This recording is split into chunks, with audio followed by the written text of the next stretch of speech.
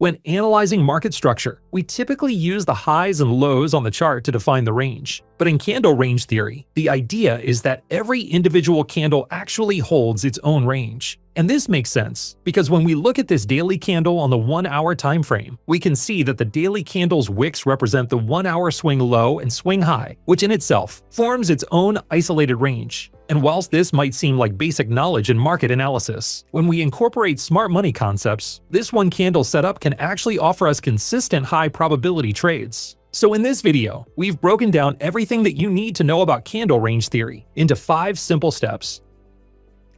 So let's waste no time and start with step number 1, which is how we can use candle range theory to identify trade setups. The typical framework for this strategy usually involves 3 candles, and each candle has its own important role. So let's start with the first candle. Here we have a bullish candle on the daily time frame, and we can visualize this candle's price data with higher and higher accuracy the lower down we go in time frames. But for this strategy, all of the price action data we need from all of these candles can still be found in the daily candle, and this comes down to the basic information that it tells us, which is that during this specific day, the market opened at this price and ended up closing at this price, with the highest and lowest prices found in the wicks. Now when it comes to candle range theory, the belief is that both the top and bottom wicks act as their own isolated liquidity levels that the following candles will use as targets. And this makes sense, because if you take a look at any random chart, you'll see that almost every individual candle will have attacked either the previous candle's high or its low.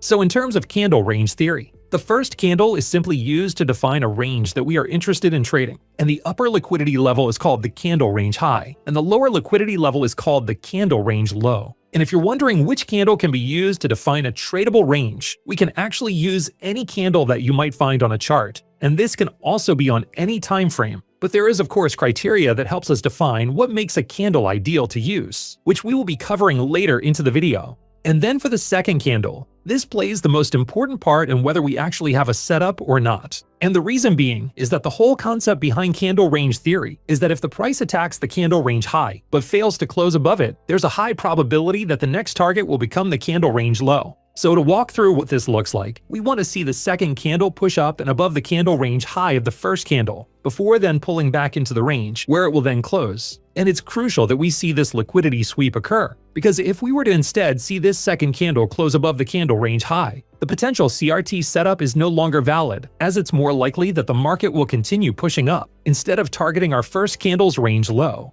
So if the criteria is met for the second candle, we can then look within the third candle for a setup that we can use to take a short entry, with our target being the candle range low. You can of course hold your trade for longer if the external market structure validates it, but once the price has passed the candle range low, we consider the setup complete. So we have now broken down candle range theory as a concept, but we haven't shown how we can actually use it to enter trades. So let's now go down in time frames to give an example of how we might navigate our way through this setup. So here we have the price action of the first daily candle with the buy side and sell side liquidity levels that were created at the high and low of the day. And when we move on to the second daily candle, the first thing to take note of is the sweep on the buy side liquidity before the price then falls back down into the range. This is important because when we see that the buy side liquidity of a candle has been swept, it typically signals that the price is going to target the sell side liquidity next. So the liquidity sweep is the first phase of the setup, and the next piece of chart structure we are looking for is a change of character from the price pushing below the bullish leg that created the sweep, because this signals strength and bearish momentum, which is what we want if we are looking to take a short. And then for the final piece of criteria, we want to see that a bearish fair value gap has been formed during this bearish leg that created the change of character, because this is the PD array that we will actually use for our entry. So to summarize this so far, the first daily candle is used to define the range we are looking to trade, and then we analyze the second candle to see whether its market structure fits the criteria we are looking for. And this brings us onto the third daily candle, which is where we can actually look to place our entry, which simply involves shorting this bearish fair value gap, with the target being the candle range low. Now it's also worth mentioning that a lot of traders that use this system choose to enter trades on the break of the second candle's low. But as we know, breakout trading is far riskier than using internal range liquidity as an entry target. And on top of this, if we think the move is going to go lower, the fair value gap offers us a much better entry price anyway. And then with the price hitting the first daily candle's range low, this completes the 3-candle setup. We then also have the bullish variant, which involves the same fundamentals, except we are looking for manipulation on a bearish candle's range low, with the target being its range high. So now that we've covered the basics of candle range theory, let's move on to the second step, which is that a setup using candle range theory doesn't have to involve only 3 candles.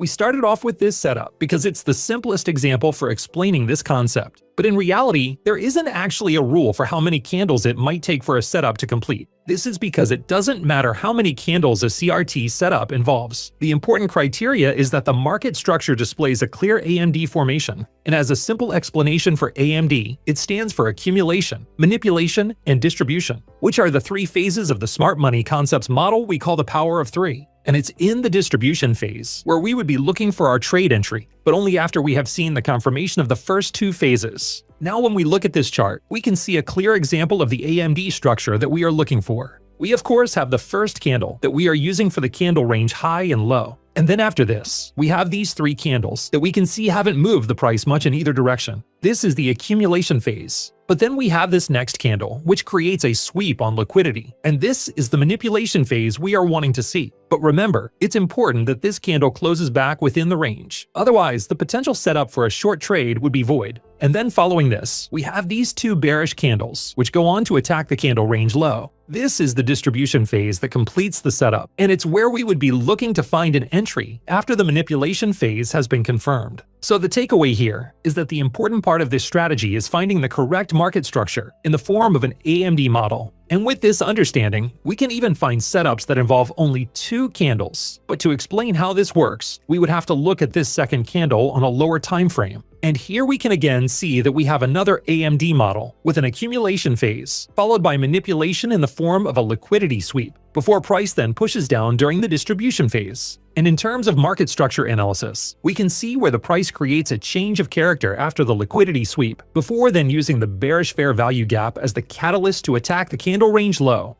So the point is that time is relative, so there is no specific amount of candles that you can expect a CRT model to complete within. The important part is making sure that the correct market structure is present. So let's now move on to step number 3, which is how you should pair time frames to find entries with CRT. So now that we understand the concepts behind candle range theory, it's important to emphasize how we should actually plan our setups using this strategy. For example, here we have a chart on the daily time frame, and as we can see, the price has attacked this buy-side liquidity level. And with our knowledge on smart money concepts, we know that this is a pivotal moment in deciding whether the price will continue to push up or push down in the form of a liquidity run or a liquidity sweep, which makes this an ideal scenario for using CRT to analyze this candle to figure out what exactly the market is going to do. And now with the candle range high and low drawn out, we know that if the following candle sweeps the range high, it's likely that it will then target the range low next. But observing this on the daily time frame doesn't really tell us much, because whilst it will show where this second candle will open and close, it doesn't offer us the important market structure that we are looking for in order to justify a trade.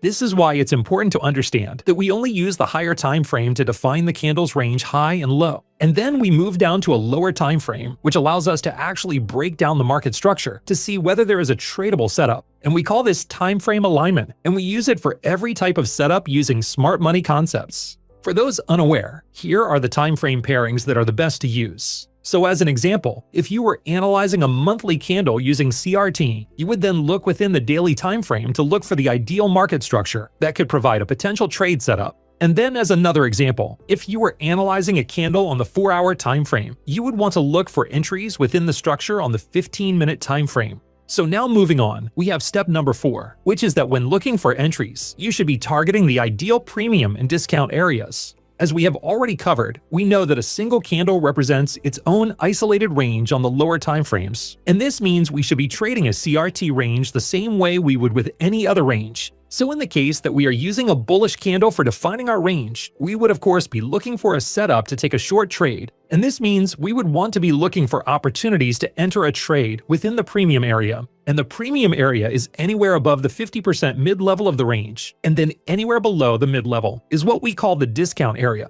So with this in mind, when we move forward in time to see the next 2 daily candles broken down on this time frame, This fair value gap is a great area to enter a short because it follows all of the criteria we are looking for in terms of market structure, whilst also being within the premium area of the range. And on the other hand, if we are using a bearish candle for our CRT range, we would be looking for a long entry, which means we would be wanting to look for bullish setups within the discount area, which is anywhere under the mid-level of the range. This will make sure you are getting the best risk to reward for your trades. So now let's move on to step 5, which covers when we should and shouldn't use CRT. The concepts behind candle range theory are very powerful, but only when used under the right circumstances. For example, here we have a bullish candle, which is then followed by a candle that has created a liquidity sweep on the candle range high. And with only this information, we might expect the third candle to push down and attack the candle range low. But whilst this setup might look promising at first, the crucial part that most traders overlook is making sure that the setup actually makes sense within the context of the external market structure.